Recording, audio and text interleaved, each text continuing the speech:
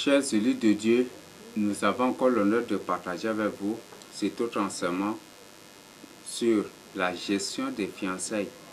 Puisque nous avons vu le choix du conjoint, nous devons d'abord découvrir comment gérer aussi ses fiançailles. Quand le Seigneur te révèle déjà que c'est tel monsieur qui est ta côte ou c'est telle dame qui est ta côte. Donc, c'est ce que nous allons découvrir à la lumière de la parole de Dieu. Donc avant tout, nous voyons aujourd'hui que dans la société, il y a toujours ce qu'on appelle le mariage, l'union des hommes et l'union de l'homme avec la femme. Et le foyer a toujours existé aussi dans une société. Et chaque être humain né sur la terre est appelé un jour à l'autre, si c'est la volonté de Dieu, à se marier. Et ce qui fait que beaucoup de gens se marient. Beaucoup de gens se marient selon la volonté de Dieu. Beaucoup se marient aussi parce que ce n'est pas pour le désir de sexe, comme beaucoup témoignent eux-mêmes de leur propre bouche. Donc, nous sommes dans la société et la société elle-même a d'abord ses normes, ses normes de mariage, et Dieu de son côté a ses normes de mariage. Mais pour aboutir au mariage, il y a d'abord le choix du conjoint, pas le choix du conjoint, mais la révélation de sa côte. Et après la révélation de sa côte commence directement ce qu'on appelle la gestion des fiançailles. Parce que le jour où tu viendras vers ton conjoint, vers celle ou celui que Dieu t'a révélé, quand tu viens auprès de lui ou d'elle, et que elle de son côté a eu aussi la révélation, la confirmation du Seigneur que toi tu es sa côte, dès ce jour et en ce jour va commencer ce qu'on appelle les fiançailles. Donc les fiançailles. Mais avant tout, dans la Bible, on a l'histoire des fiançailles. Dans Luc 1, 27, nous allons découvrir l'histoire de Joseph avec Marie. Dans Luc 2, verset 5, dans Matthieu 1, 18 à 19, nous allons découvrir aussi l'histoire des fiançailles de Joseph avec Marie. Donc, il y a des fiançailles instituées par Dieu, il y a des fiançailles basées sur la crainte de Dieu, et il y a des fiançailles basées aussi sur des pratiques mondaines et païennes. Donc, ce sont ces fiançailles basées sur des pratiques païennes, sur des règlements ou des visions païennes. Ces fiançailles sont des fiançailles corrompues. Donc nous allons entrer en profondeur du temps pour découvrir qu'est-ce que les fiançailles. Donc quand on parle de fiançailles, on parle d'abord du temps. On parle du temps qui précède le mariage. C'est un temps de relation, un temps de fréquentation sans sexe qui précède le mariage. Donc c'est lorsque tu as reçu la promesse du mariage et que tu en as fait et que c'est approuvé, c'est dès ce moment que commence ce qu'on appelle les fiançailles. Si Dieu me révèle aujourd'hui que ma côte c'est elle, je pars vers elle pour lui dire que voilà, c'est Dieu qui m'a révélé que tu es ma côte, et qu'elle de son côté cherche aussi la face du Seigneur, et que le Seigneur lui confirme que réellement c'est moi qui est sa côte, et que après lui avoir fait la proposition du mariage, si elle accepte et qu'elle est déjà prête pour le mariage, on va débuter les fiançailles. Dans les fiançailles, c'est le temps qui précède le mariage, temps de fréquentation, temps de relation sans sexe qui précède le mariage. Donc c'est ce que je voudrais partager avec nous. Nous avons aussi la gestion. Donc, gestion, c'est gérer. Comment gérer les fiançailles? Beaucoup de gens gèrent les fiançailles à la manière païenne, comme des gens qui n'ont même pas, qui ne connaissent pas Dieu, comme des gens qui ne connaissent pas la parole de Dieu. Donc, nous ne devons pas gérer les fiançailles comme les païens, pas comme aussi les gens qui ne connaissent pas Dieu. Mais nous devons gérer les fiançailles dans la crainte de Dieu, à la lumière de la parole de Dieu.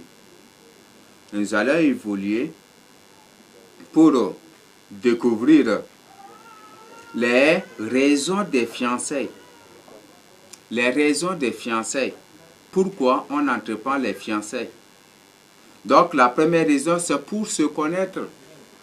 Parce que celle ou celui que Dieu t'a révélé comme ta côte, il faut que vous appreniez à mieux causer et à mieux vous connaître, pas sexuellement, car Dieu a condamné la fornication.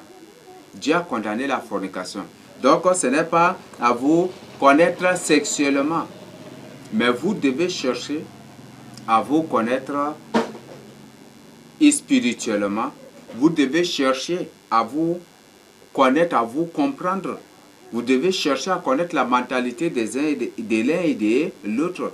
Et chercher maintenant à vous orienter. Et dans les parties qui suivent, nous allons découvrir cela. Donc, ce n'est pas se connaître sexuellement.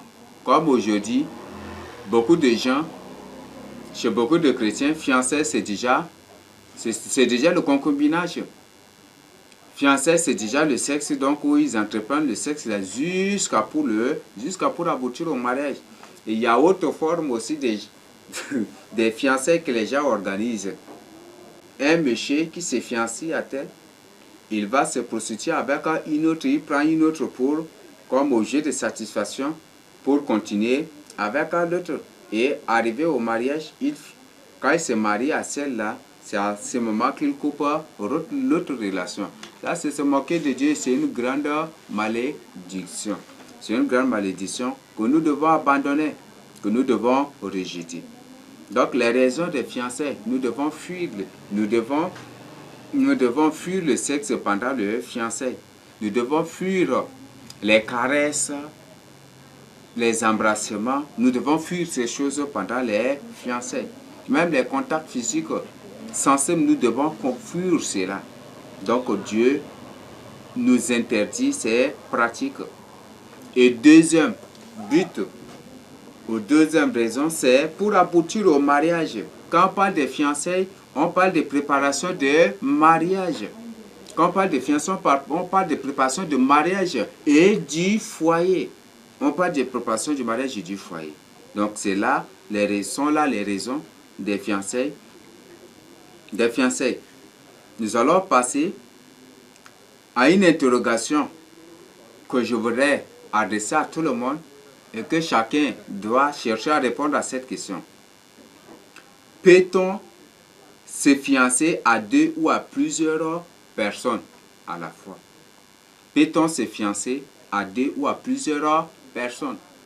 Ça, c'est une question et que chacun doit chercher à répondre à cette question. Parce qu'aujourd'hui, on découvre, on voit autour de nous, même beaucoup ont pratiqué cela aussi. Ils se sont fiancés à beaucoup de gens, à beaucoup de filles à la fois. Même des filles qui sont fiancées à beaucoup d'hommes à la fois. Pour aboutir à se marier avec un seul. Et ça, c'est de l'impudicité. Ça, c'est de l'abomination devant le Seigneur. Dieu condamne de telles pratiques. On ne peut pas se fiancer à deux personnes. Donc, si tu es en fiancé avec deux personnes, c'est une abomination devant le Seigneur. Et si tu meurs dans cela, le Seigneur dit que tu n'as aucune part avec lui. Ce qui t'attend, c'est l'étang de feu, c'est l'enfer. Donc, réponds-toi. Si tu es en fiancé avec deux personnes, avec trois personnes, avec quatre personnes, même il y a des filles qui sont en relation, en fiançailles, en relation avec 15 à 20 messieurs. Et dans le but d'avoir de l'argent, collecter ici, pour assurer leurs besoins. Mais c'est une abomination devant le Seigneur. Nous devons fuir ces pratiques, car le Seigneur les condamne. le Seigneur le condamne et que nous devons fuir ces choses. Donc on ne peut jamais, je me mets à votre place pour répondre qu'on ne peut jamais se fiancer à deux personnes. C'est seuls les prostituées, c'est seuls les agents de Satan, c'est seuls les démons, les sorciers, les sirènes qui vont répondre que c'est possible de se fiancer à deux ou d'avoir une relation avec deux personnes. Mais un élu de Dieu ne va jamais, Dieu ne va jamais accepter cela, car Dieu condamne ces relations. Si Dieu a condamné la polygamie, il condamne aussi ces genres ou ces formes de relations. Donc on s'est fiancé à une seule personne. Et en tant que chrétien, en tant qu'élu de Dieu, nous ne devons avoir de relation qu'avec qu'une seule personne. Et cette personne doit être notre côte. Il y a certains qui disent que non, mais avant que le Seigneur me révèle ma côte, je dois avoir un copain ou une copine pour qu'enfin nous puissions faire des partages. Ça, c'est un raisonnement mondain. Ça me fait mal, ça me fait même pleurer d'écouter un chrétien, un élu de Dieu qui raisonne de la sorte. C'est une honte pour le Seigneur Jésus. Ce n'est pas, toi, tu n'es pas une personne du monde. La Bible dit que nous sommes dans le monde, mais nous ne sommes pas de ce monde. Donc, n'imitons point les choses qui sont dans le monde. Nous ne devons pas imiter les choses qui sont ici dans le monde. Nous devons les rejeter, nous devons les condamner, comme Éphésiens 5:11 nous dit. Donc, le fait de dire que je dois, avant que le Seigneur me révèle ma cause, je dois avoir une personne pour faire des partages, pour des causeries, pour me taquiner, pour ça. Ça, c'est un raisonnement mondain. Dieu condamne ces choses, ma soeur. Dieu condamne ces choses, mon frère. Donc, abandonne ces pratiques, car ça te conduit loin de la face du Seigneur. Donc, les fiancés, on ne peut jamais être en fiancé avec deux personnes, ni avec trois, ni avec quatre, ni avec cinq, ni avec six, ni avec sept. Force est de constater, et grande surprise aussi pour moi de découvrir que beaucoup de chrétiens, beaucoup, se sont fiancés à plus de dizaines de filles, plus de vingtaines d'hommes, où il est dénomme que certains, non, sa pratique, c'est une abomination devant le Seigneur. Répands-toi avant qu'il ne soit trop tard, car si tu mets dans ces choses, le Seigneur te considère comme un prostitué. Donc, abandonne ces choses. Ne sois pas un vagabond, et ainsi. Ne sois pas un abominable devant le Seigneur. Mais répands-toi et demande au Seigneur de te purifier et abandonne ces pratiques. Donc, ce que le Seigneur nous recommande, c'est d'avoir une saine relation, d'être en fiançailles avec une seule personne et de nous marier qu'à une seule personne. Car Dieu condamne aussi la polygamie. Nous devons condamner la polygamie, comme Dieu lui-même a condamné.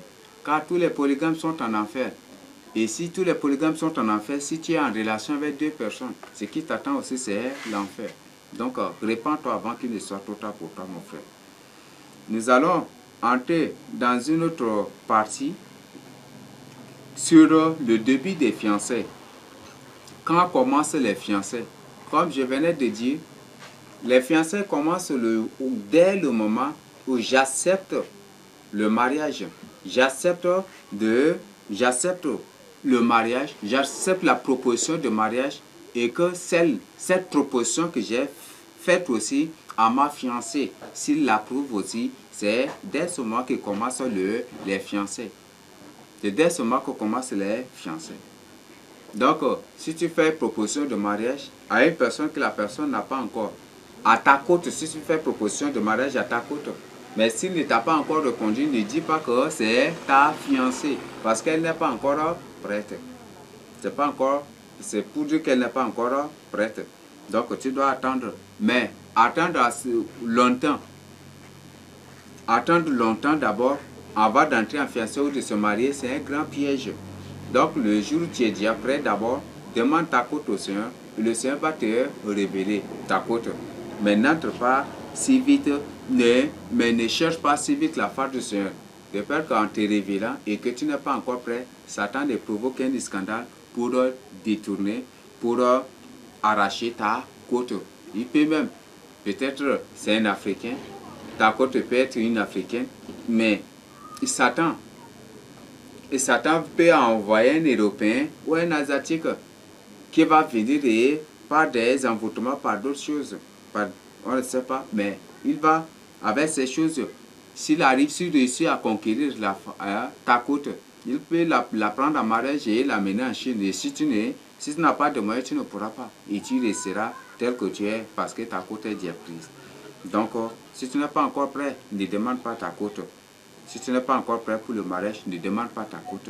Et ce que le Seigneur lui-même m'a dit clairement, il dit Moïse, va dire à mes élus que s'ils ne sont pas encore prêts, ils ne doivent pas chercher ils ne doivent pas me demander leur côte, car je ne les répondrai pas, je ne les exaucerai pas.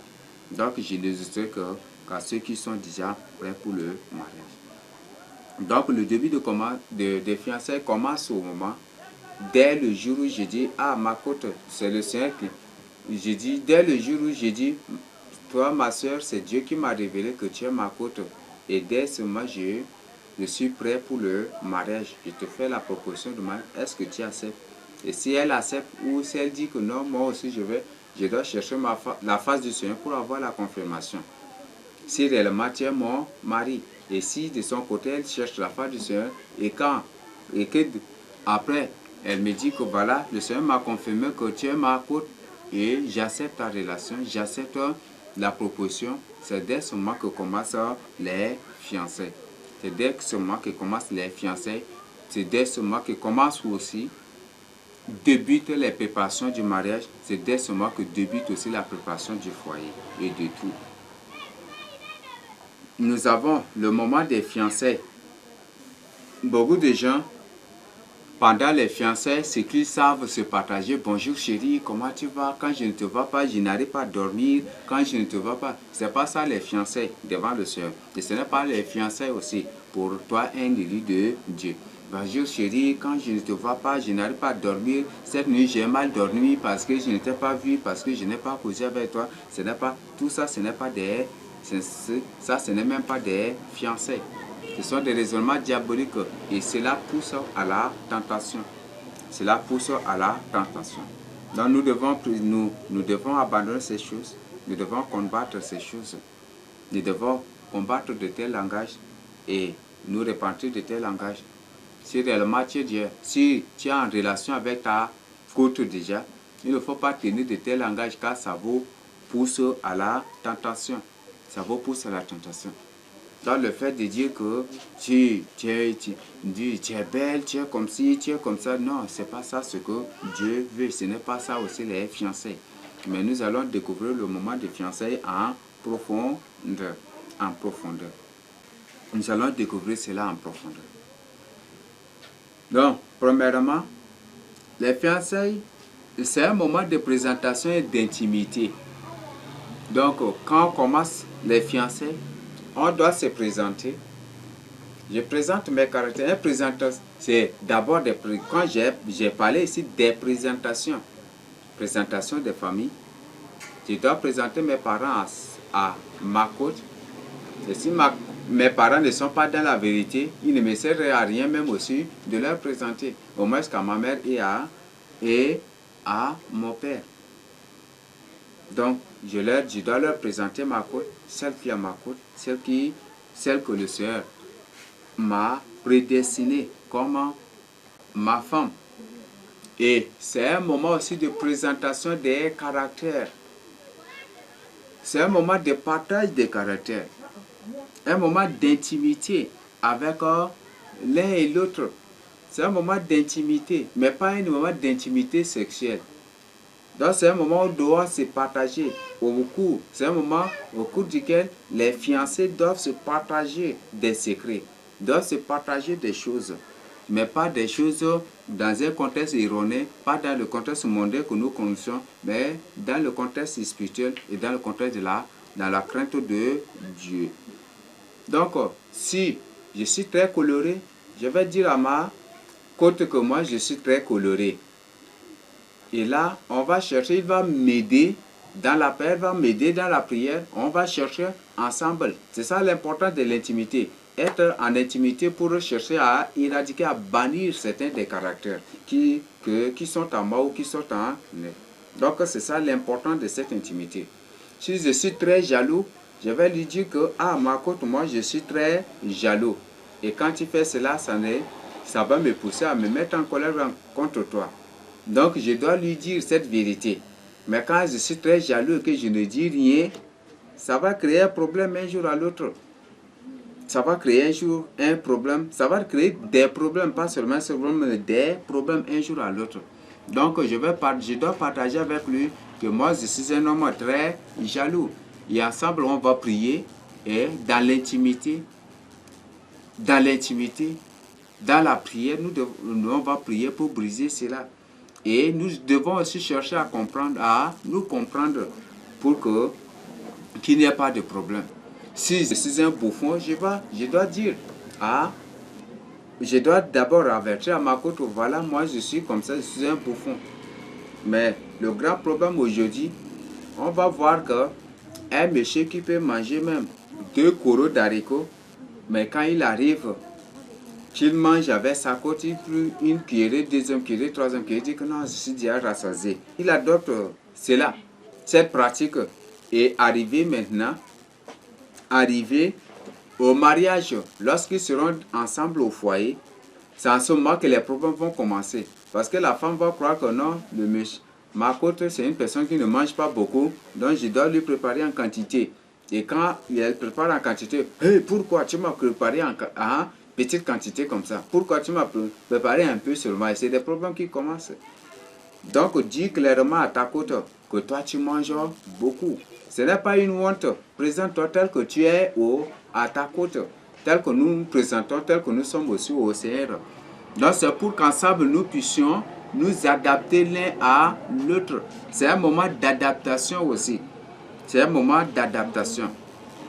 Donc, les fiançailles, c'est un moment d'adaptation. Et on doit se présenter tel que nous sommes pour que nous puissions nous comprendre, pour que nous puissions nous entendre sur certains aspects, sur certaines choses, pour nous orienter efficacement. Pour nous orienter efficacement et pour que nous puissions chercher à éliminer certains caractères, bannir certains caractères en nous, certains comportements, conduite, langage, tout ce qui ne marche pas, même mentalité aussi, pour que nous puissions bannir, briser cela de notre vie. Donc c'est un moment de présentation. N'aie pas honte. Si tu manges à l'excès, si tu es un homme, tu fais l'excès de table, n'aie pas honte. Dis. Si tu es une femme qui mange, une femme gourmande, dis, présente-toi clairement. Si tu présente-toi tel que tu es. Et c'est le moment de se partager des choses. S'il y a des choses qu'on ne comprend pas, on doit se partager. Donc c'est ce que nous devons faire. Mais il n'y a pas le partage sexuel là. Il n'y a pas de partage des baisers, ni des caresses, ni d'embrassement. Il n'y a pas ça dans les fiançailles. Car ça pousse à la tentation. Et Dieu condamne ces choses. Et c'est du péché aussi devant le Seigneur. Donc, dépouillons-nous de ces choses. C'est pour notre bien. C'est pour notre bien. Et si tu ne sais pas gérer ta fiancée avec ta côte, cherche bien que Satan va s'introduire. Satan va infiltrer ses fiançailles. Et c'est lui qui va gérer cela. Donc, c'est ce que je voudrais partager avec nous pour que nous ne puissions pas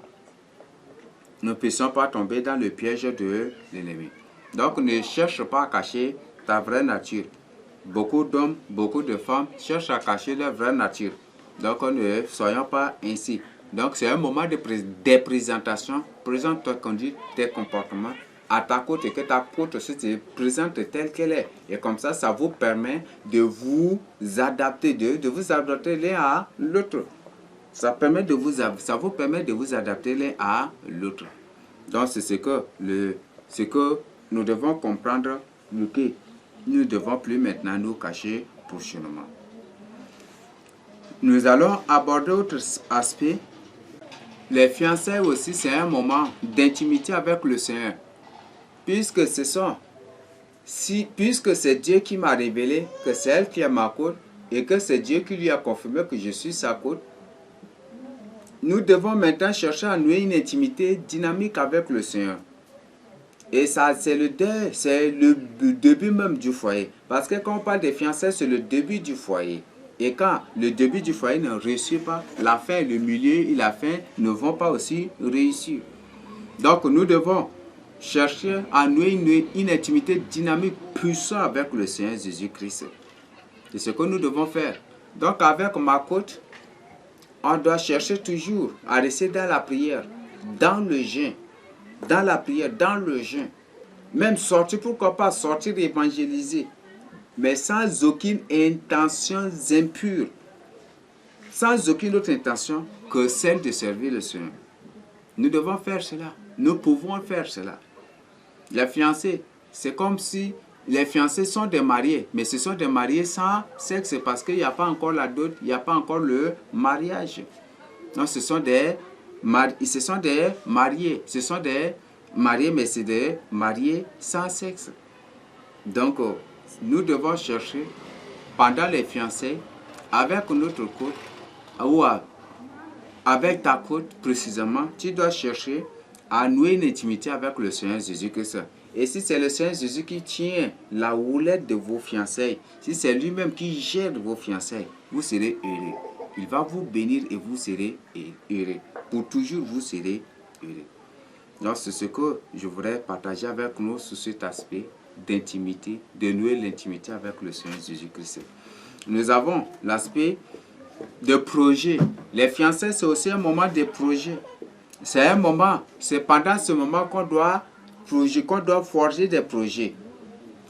Je peux dire à ma côte que voilà, nous sommes ainsi, que devons faire?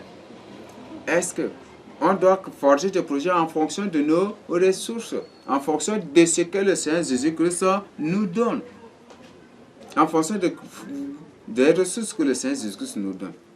Peut-être vous allez projeter de bâtir de construire des maisons ou qu'après le mariage, on doit construire une chambre pour chaque enfant, une chambre pour ça, oui. Donc c'est bon. Donc c'est un moment de projet. Donc on doit forger des projets.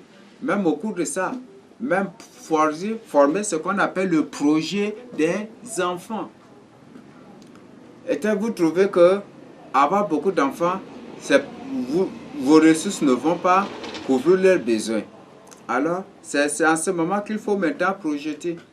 Maintenant, on doit avoir mais on ne doit pas faire recours aux usages mondains. On ne doit pas faire recours au système, au planning familial mondain, mais faire selon la volonté de Dieu. Faire selon la volonté de Dieu, ne pas vous toucher et vous abstenir de toute relation.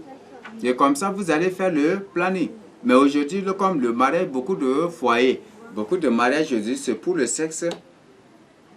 L'homme ne peut pas supporter, la femme ne peut pas supporter, alors ils sont obligés de courir derrière les préservatifs, les Viagra, les parties, les préservatifs, les contraceptifs, les pilules par-ci par-là pour le planning familial. Mais c'est des pratiques que Dieu condamne. Utiliser les préservatifs, utiliser les pilules, utiliser toutes ces choses, Dieu les condamne. Et nous devons nous abstenir, nous devons fuir ces choses, car ça nous conduit en enfer. Ça nous conduit en enfer. Donc, abandonnons ces choses pour le salut de nos âmes. Donc, si vous voulez vous projeter d'avoir peu d'enfants seulement, abstenez-vous. Et c'est le moment, c'est pendant les fiançailles que vous devez former ces projets. C'est pendant les fiançailles que vous devez faire cela. Même c'est pendant les fiançailles que vous devez forger. Vous devez vous entendre sur l'éducation des enfants. Aujourd'hui, la maman veut prouver à l'enfant qu'elle aime beaucoup son enfant, que son mari. Et le papa veut prouver à l'enfant qu'il aime beaucoup aussi son enfant. Et finalement, il y a ce qu'on appelle la guerre. La guerre des parents sur l'éducation de leurs enfants. Ils ne s'entendent pas pour éduquer leurs enfants. Donc c'est pendant les fiançailles qu'on doit s'entendre. Quel genre d'éducation? Mais l'éducation qu'un élu de Dieu, qu'un couple élu de Dieu doit adopter et doit donner aux enfants, c'est la parole de Dieu. C'est la parole de Dieu. C'est la parole de Dieu. Mais la grande surprise, c'est que il y a certains qui disent, moi là, je suis Sahar et que dans la culture Sahar, on se dit qu'ainsi on donne de... Non, ce n'est pas ça. La culture d'un élu de Dieu, c'est la parole de Dieu. La culture d'un chrétien, c'est la parole de Dieu. La culture de l'île de Dieu, c'est la parole de Dieu. Donc, Dieu ne veut pas ces choses-là. Les traditions, non, dans notre culture, on ne dit comme ça, on dresse comme ça. Ça, c'est de Dieu. C'est des pratiques que Dieu condamne. Dieu condamne. Donc, c'est le moment de décider, de discuter sur l'éducation des enfants pour adopter l'unique éducation basée sur la parole de Dieu. C'est un moment de discuter aussi. C'est un moment de discrétion pour les fiancés. C'est un moment de discussion. Donc, par les fiancés aussi, c'est un moment de discrétion. On doit être discret. On doit chercher à garder le secret des uns des autres. Aujourd'hui même, d'ailleurs, naturellement, ceux qui s'aiment gardent toujours leur secret. C'est un moment de discussion. Mais nous ne devons pas nous décevoir. Nous ne devons pas nous décevoir. Parce que si aujourd'hui, ma côte vient de dire que voilà, quand j'ai commis tel, quand il a confessé avec moi, et qu'après moi je rapporte dehors qu'elle était comme ça, je suis en train de la décevoir. Et c'est un problème déjà pour le foyer, un jour à l'autre. Donc, c'est un moment de discussion. Et c'est un moment pour se dire la vérité. C'est un moment pour se dire la vérité. Parce que moi, si par exemple j'ai connu une femme avant, je dois dire clairement à ma côte que voilà, j'ai connu une femme. Là, comme ça, même au foyer, elle sait que tel moment j'ai connu une femme. Mais si je ne lui dis pas que j'ai connu une femme, que non, je ne connais pas une femme, j'ai tenté d'avoir des relations avec cette femme, mais je n'ai pas pu. Mais si après elle découvre au foyer, quand on est déjà au foyer, si c'est au foyer d'abord qu'elle découvre que j'étais en relation avec cette femme, et vous croyez qu'il y aura encore la confiance? Il n'y aura plus de confiance. Il y a toujours la méfiance. Et c'est la méfiance. Et ce qui va pousser maintenant la femme à être trop jalouse, ce qui va pousser maintenant les mariés à se créer des problèmes par-ci, par-là. Donc c'est un moment pour se dire la vérité. Si toi, tu as commis de l'avortement avant, dis clairement à ta côte que moi j'ai connu de l'avortement. Il y avait tel monsieur, il faut dire le nom du monsieur. Il ne faut jamais avoir peur, il ne faut jamais avoir honte. Parce qu'il a cherché la face du Seigneur et c'est Dieu qui lui a révélé que c'est ta côte.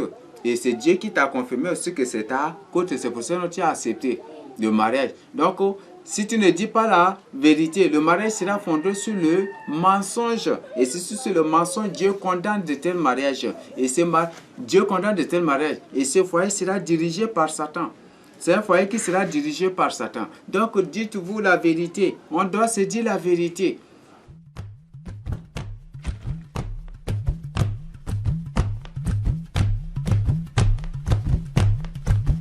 Je veux